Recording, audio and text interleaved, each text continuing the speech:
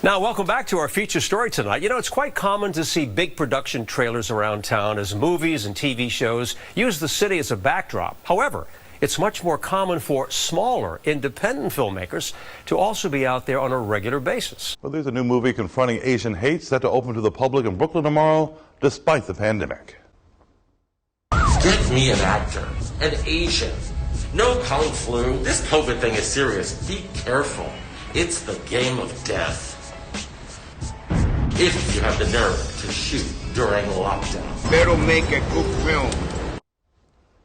Joining us now to talk more about Duke of New York is the film's director, Eric Rivas. Great to have you with us, Eric. Great to be back. Great to be back with you guys. Great to have you. So you've managed to tackle the issue of anti-Asian violence in a very unique and, shall I say, New York City way. Tell us about the plot. Okay, the plot basically is a couple of sick rich guys, which include Michael Musto and Angel Salazar from Scarface, and Rachel Kane. They want to come together and make a film, what would be a snuff film, killing an Asian actor because of the coronavirus. They find a director, down and out, broke, no money, which is me, which is probably close to the truth. And they get me in, in a meeting, and they say to me, for $20,000, we want you to get an Asian actor, make sure he doesn't know martial arts. And long story short, I think it's just a film. And I hire my personal trainer, who's about 28. He lives in Chinatown. He's an Chinese American, born and raised there. And he comes on set. And once we get onto set, and I look at the crew, it looks like a crew out of Predator, almost like Arnold Schwarzenegger and all these bad guys. I had a bad feeling when I got on the set, and I told him, when I call action, just run. And sure enough, I was right. They want to kill him on film. And now they're chasing both of us through the streets of New York, and they got a GPS on him. So it's a little throwback to the Warriors. And you get to see the dark, gritty streets of New York City while the pandemic was really strong, when even you couldn't drive at 10 or 11 at night. We were out there doing our thing with a couple of brave people. Yeah, one could say it's kind of bizarre, but we're living in a bizarre time, right? Yes. Bizarre film for a bizarre time. Bizarre methods for a bizarre time. What struck me is how the central character fought back and then found he had allies. Is that the message? Yes. I mean, here I am. I'm put in a position to hurt this man. But of course, I don't know it at the time. And when the time comes and I have to make the choice, I don't want to go in that direction. I want to see him get home. And in the movie, his wife is pregnant. And I see him as me 20 years ago. And all I think about is getting this guy home.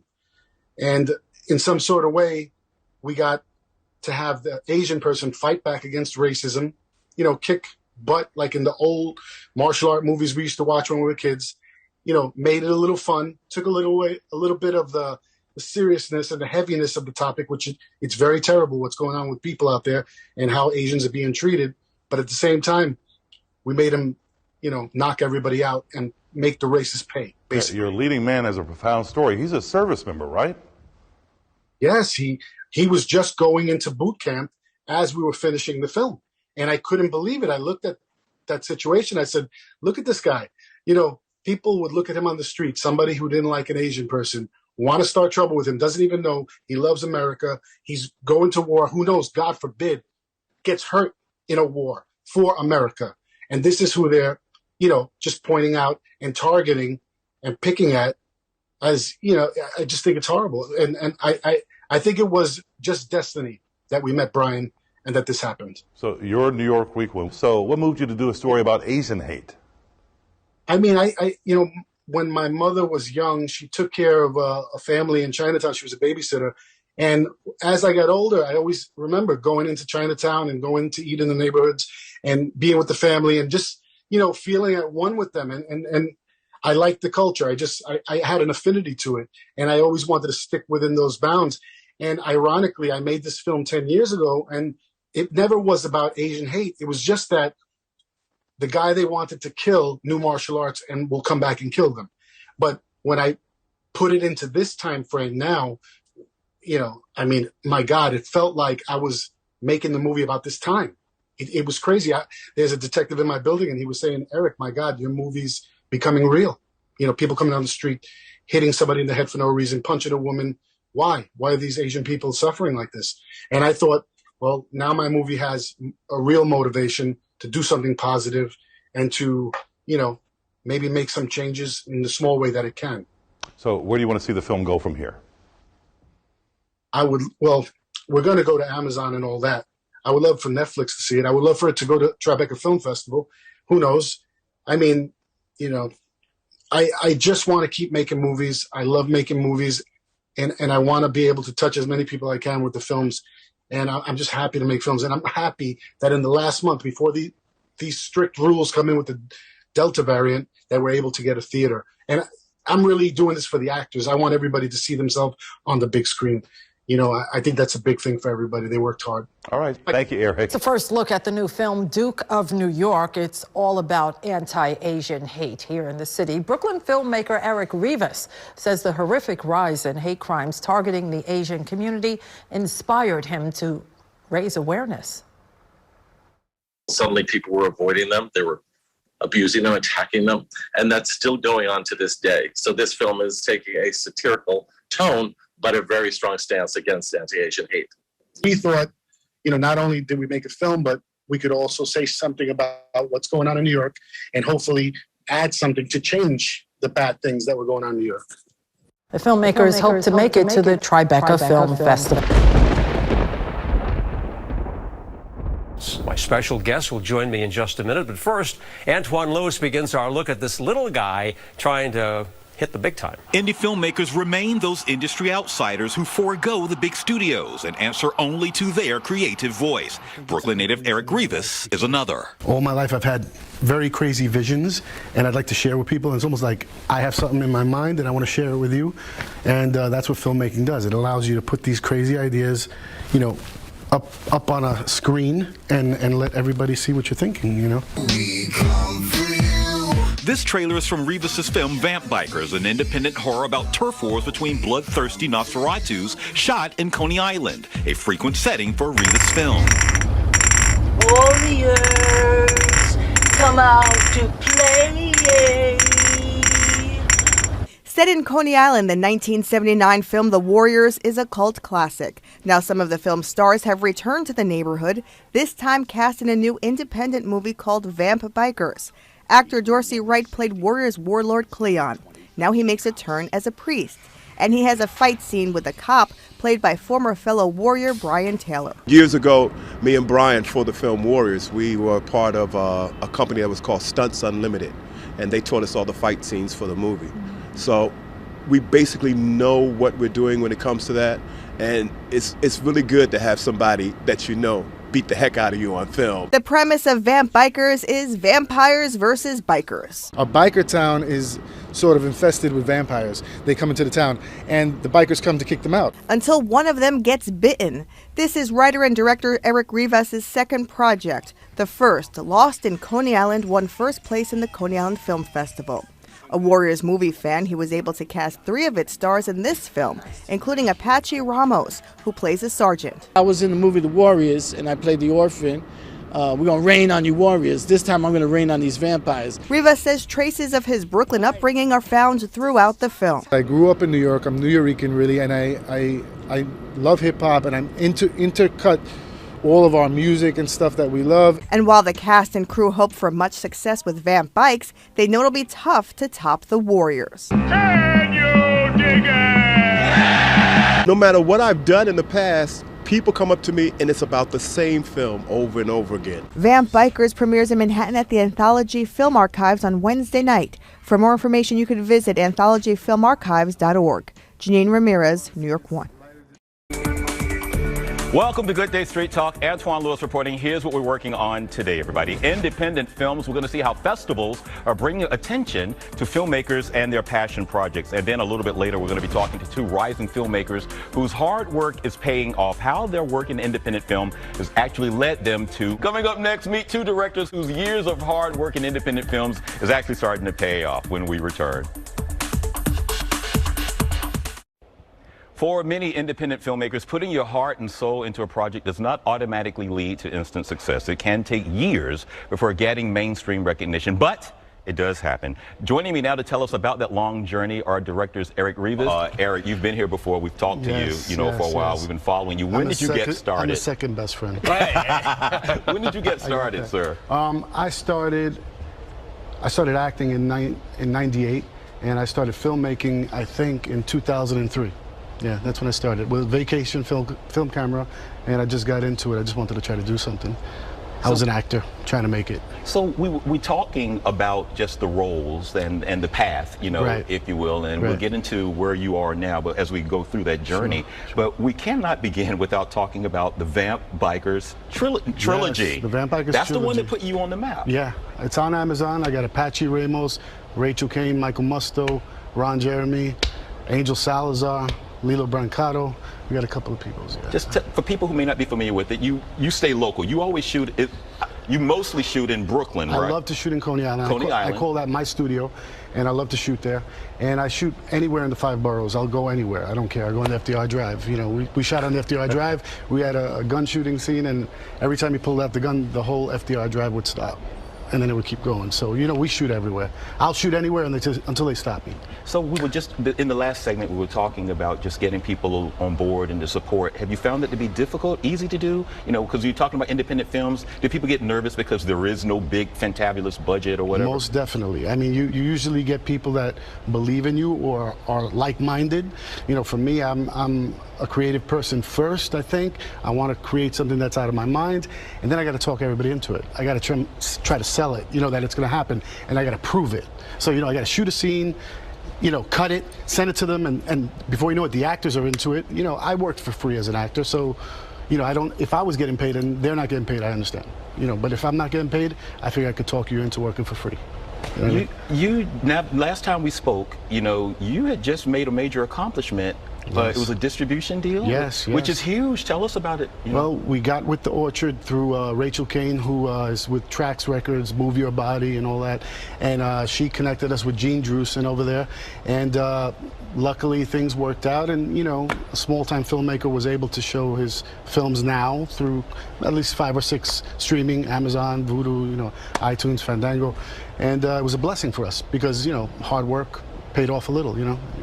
Tell us about the clip we're about to see of your new project. Okay, Japanese Borscht is about Japanese gangsters fighting U.S. gangsters. I call them UN gangsters because you got El Salvadoran, Puerto Rican, Argentine, black. You know, you got every culture fighting Japanese. Yeah. Randy, if you would, let's see it.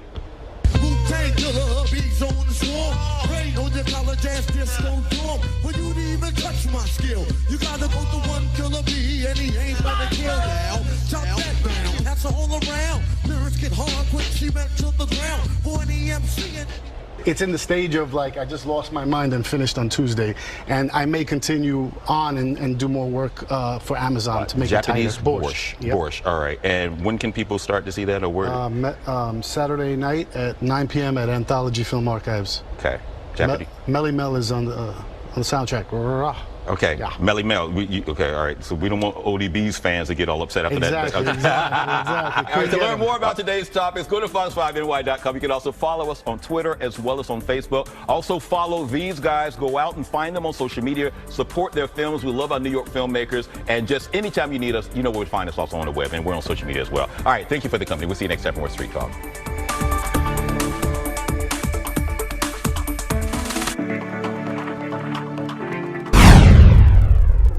Independent film Shot partly in Coney Island debuts later this month, and it pays homage to the cult classic film also filmed in Coney Island, The Warriors. But it adds a new modern-day twist. News 12's Crystal Walker has a sneak peek.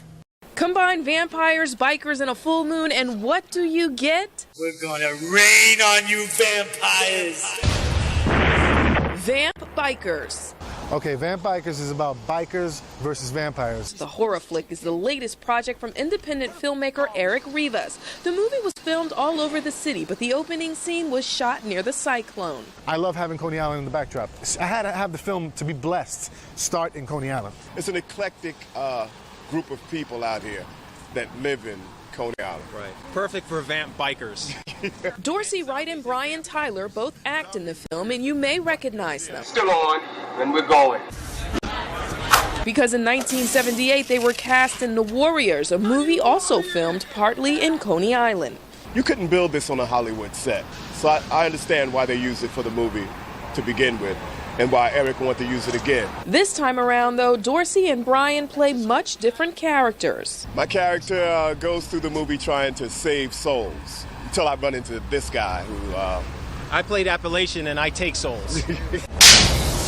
And with these two at war, the film is jam-packed with action and a large dose of violence. That's the reality of life, and I wanted to try to tell stories through all that chaos.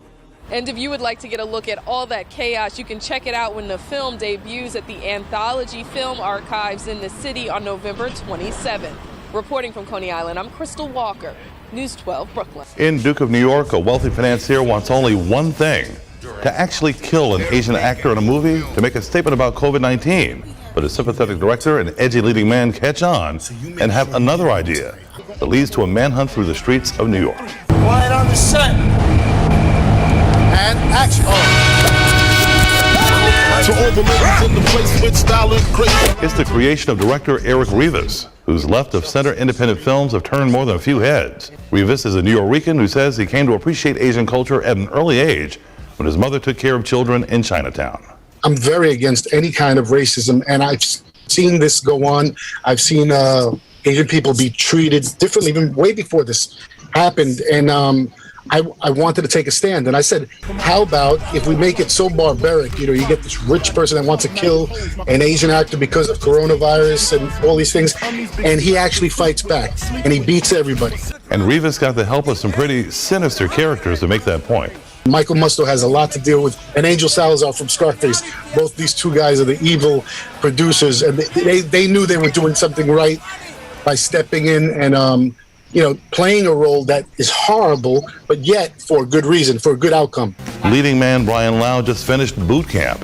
Rivas says he's like so many other Asian Americans who love this country and need to be treated equally. Some people will hear them speaking another language. Oh, I don't understand that. They must be talking about me. Or, it's very small-mindedness, These barriers are to be broken. They're not to be in existence anymore. We need to get rid of them. What's going on in the Asian community, and I think it's a big wake-up call for everybody to step up and to start looking into the hearts of people. And these are New Yorkers. These are people. These are Americans. Such a desire to make films that when the pandemic hit, I decided to make another film to show that you could fight through anything, that you could fight to survive, that you could fight for what you believe in. We're going to run through this city which is dangerous, and we're going to make it through like the Warriors. My name is Eric Rivas, actor, filmmaker, and a proud product of Brooklyn. I believe in New York. I believe in New York. If you saw vampires and zombies around Coney Island today, do not panic. It's all part of a movie being filmed. But a leading actor is drawing more attention because of his problems with the law instead of his part in the movie. News 12 Brooklyn reporter Katie Cummings was there for filming and spoke to Lilo Brancato about his second chance at acting. And action. Recording. Zombie bikers and vampires. That's the concept behind this movie with iconic Coney Island as the backdrop. Actor Lilo Brancato is a main character in the low-budget film. Any opportunity that I'm given, is always a blessing. The actor has a strong film background with roles in A Bronx Tale and Sopranos. In recent years, he became known more for his off-camera work. My addiction progressed to, probably about 60 pills a day. My life was just out of control. It became unmanageable, and then ultimately, I got in trouble. And, someone, lost their life. Off-duty NYPD officer Daniel Enchautegi was killed during a botched robbery near his Bronx home. Brancato was involved, but not the shooter. He served 8 years in jail. However, his turbulent past was insignificant to the film's director. Happens to be good, and the guy happens to be known. It's both, So I know he's been through a lot, but I saw this as a little bit of a redemption for him. While Brancato admits to poor judgment in the past, he says he's ready to turn over a new leaf and deserves a second chance just like anyone else. I really am trying to, be a good person, which I am. And this is what I want to be. And this is, at one point in my life, my judgment was clouded. His next film centers around prescription drug abuse, a topic the actor is all too familiar with. Okay, it's a wrap. In Coney Island, Katie Cummings, News 12, Brooklyn. Meanwhile, a Seagate home was the backdrop for the filming of a new zombie movie. Vamp Bikers 3 is the third of a trilogy, all filmed in the area. It has some pretty surprising cameos. Former club promoter Michael Alig, who served 17 years for manslaughter. Also, Bronx Tale actor Lilo Brancato, who was in prison for killing an off-duty police officer. And former Village Voice gossip columnist Michael Musto, playing a familiar role. Well, I pretty much say yes to everything, but this seemed irresistible because I get to play Hedda Hopper, and I know I'm going to be better than Helen Mirren in Trumbo. Anybody that wants to act, I always give them the benefit of the doubt that they could do it, because I like acting. I was an actor first off, so I'm very interested in acting. So the first thing I do is I try to get people into it. Comedian Angel Salazar was supposed to be in it, but he's still in jail for not paying child support. De un cineasta local convirtió los tradicionales lugares de Coney Island en terroríficos parajes. Nuestra compañera Fabiola Galindo nos cuenta más de vampiros y motociclistas. ¿Qué obtenemos al mezclar motociclistas, vampiros y una luna llena?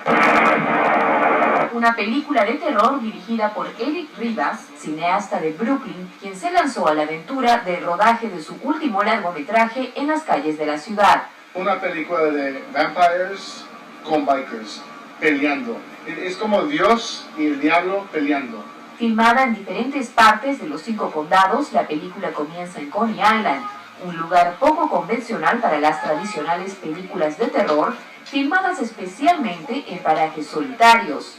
En la trama, un grupo de motoristas son atacados por una vampira de apariencia inocente, quien desencadena una epidemia de nuevos vampiros en la ciudad, vigilada por el sargento Snow. Coney Island es un sitio que tiene muchas cosas que está pasando. Mucha gente van a Coney Island para confiar y todo eso, y por eso ellos son buenas víctimas por los vampiros, porque están luz. El rodaje se tomó un año y las imágenes fueron tomadas antes del paso del huracán Sandy. El otro aspecto singular es que varios de sus actores fueron parte de la película The Warriors, rodada en 1978, con ellos nuevos rostros como motociclistas que se convirtieron en actores en su ambiente natural. En esta película hay muchos latinos, y la cosa es que no hay muchos latinos that are acting, you know what I'm saying? La gente tiene una mal percepción de los bicicletas de ahora, pero esta gente en mi película, los bikers, estaba perfecto, bien gente, mejor que a veces de actores. Si quiere ver más de motociclistas y vampiros y la visión terrorífica de lugares comunes en nuestra ciudad, la película se estrena el 27 de noviembre en el Anthology Film Archives. En Manhattan, Fabiola Galindo, New York One Noticias.